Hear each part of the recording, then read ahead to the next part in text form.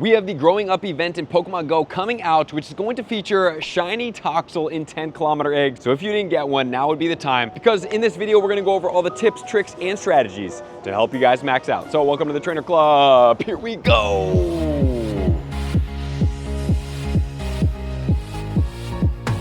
The event is going to start on Friday, May 2nd at 10 a.m. as always, and it's going to go all the way through May 7th, which is going to be Wednesday at 8 p.m. The bonuses of this event are going to be 2 times Evolution XP. So there are some Pokemon that I do mention quite frequently. Those Pokemon are going to be Weedle, Caterpie, Pidgey, and anything else that is a 12 candy per evolve is a fantastic thing to be able to do during this time.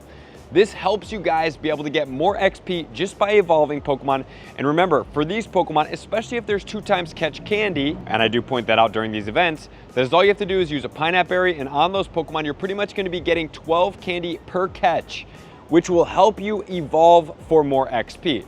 So all the little things that you can do throughout this game to get more XP if you need it is always going to be helpful for you guys. So do evolve those Pokemon, because you don't need 30,000 candy of that Pokemon if you still have XP needs. However, unfortunately, there are none of those Pokemon featured in this event, but that is okay. We're also going to be getting 2 times hatch candy. So guys, let's check out the eggs right now before we go further. In 2-kilometer eggs, we're going to be getting Happiny, we will be getting Riolu, and we will be getting Wimpod. Happiny 100% IV from egg hatch is going to be 212.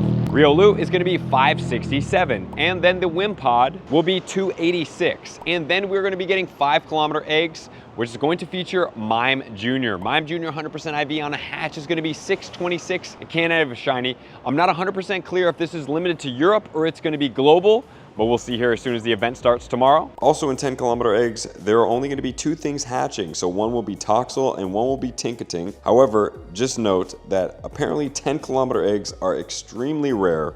So do not get your hopes up trying to get tons of 10-kilometer eggs, because this is going to be something that is few and far in between, as is reported right now. Toxel, 515 will be the hundo. This one is a newer Pokemon. It does have a shiny, and the XL candy for this one is valuable because we do have Gigantamax Toxtricity. That one is going to very well served off of getting some more XL candy. I cannot, after doing 100 Gigantamax Toxtricity raids in a day, if you guys want to see that video up here, it was super fun, did it with Daxi, I still was not able to get all of my max moves maxed out, because remember, when you have max moves, it's going to be 50 candy per level 3 move, which is a lot. And alongside these egg hatches, we're going to be getting an increased chance to hatch shiny Wimpod. So if you do want those 2-kilometer eggs, it will help you guys out. And then we have an increased chance of getting Magikarp, Wimpod, as well as Swablu in the shiny form. Cool thing about that is those are going to be featured in spawns, as well as Whalmer. We're going to be getting Foongus, which is a boosted Stardust Pokemon, which is going to get boosted in cloudy weather or sunny weather. So if you want more Stardust, and those conditions are going to be there, please make sure to catch those ones. And then we're going to be getting Dedenne, Cutiefly, Wimpod like we talked about, Rookidee, which is going to be awesome because Corviknight is extremely good in PvP, and we're going to talk about that here in a second. And then Nimble, still a Pokemon that is avoiding me for the shiny. Eventually, I'm going to see that little gold Nimble. So as far as these Pokemon, remember that Gyarados does go into Mega Gyarados. Mega Gyarados is going to be a water and a dark type, great dual Mega Pokemon. And then Swablu is also one of my favorites. That's going to be Dragon and Fairy as the Mega Altaria. So please make sure to have both of these, at least 4 of them. I prefer at Mega level 3 because this helps you optimize free Mega Evolutions. If you do need more Mega Energy, if you have done at least 1 Mega Evolution of that species, you can put it as your buddy and walk, and every kilometer that you walk, you'll be gaining Mega Energy. But as far as meta attackers, not really too many more relevant. But as far as PvP goes, Gyarados in the Master League is going to be ranked 39 and 41 in the Shadow with Dragon Breath, Aqua Tail, and Crunch. Aqua Tail is going to be the Calm Day move, which will need an Elite TM. The Altaria is going to be in the Great League at 197 with Dragon Breath, Sky Attack, and Moon Blast at a 014-15.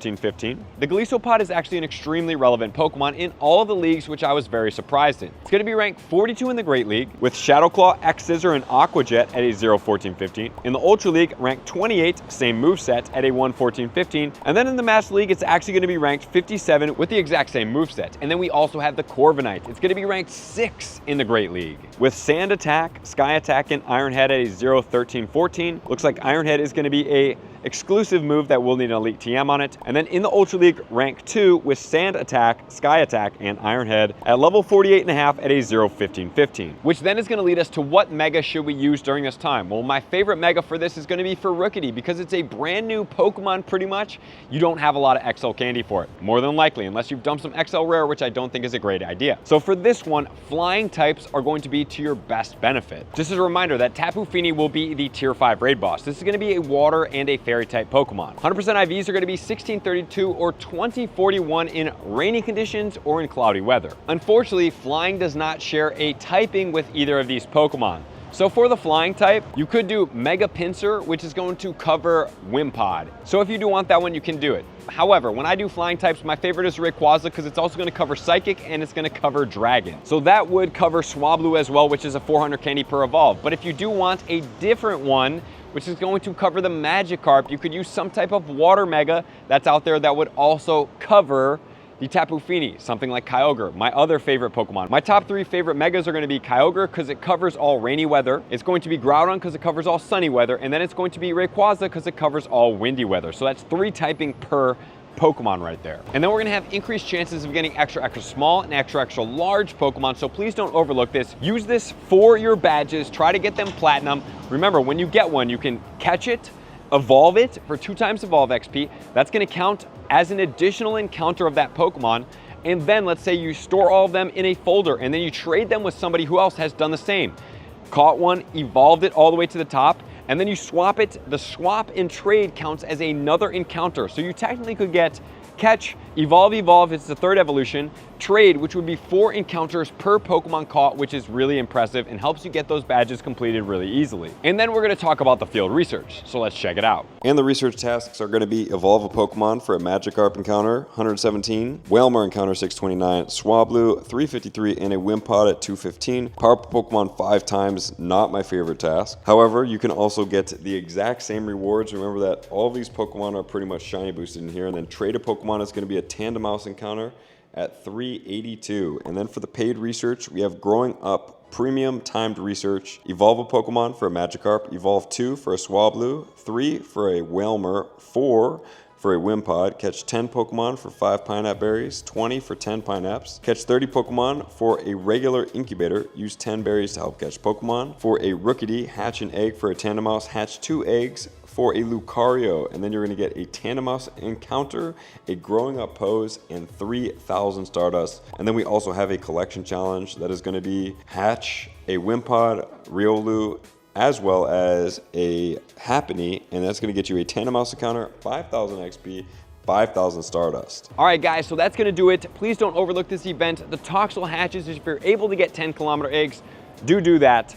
And remember, please keep clearing out your bag, trading your Pokemon, because we do have GoFest coming up, GoFest Global if you're not going to attend them, and I hope to see you guys all at those events. So thank you guys for being here as always. To all my likers, commenters, subscribers, Patreon members, everybody takes your support, subscription, participation, I'm going to see you guys out on the next video. Peace.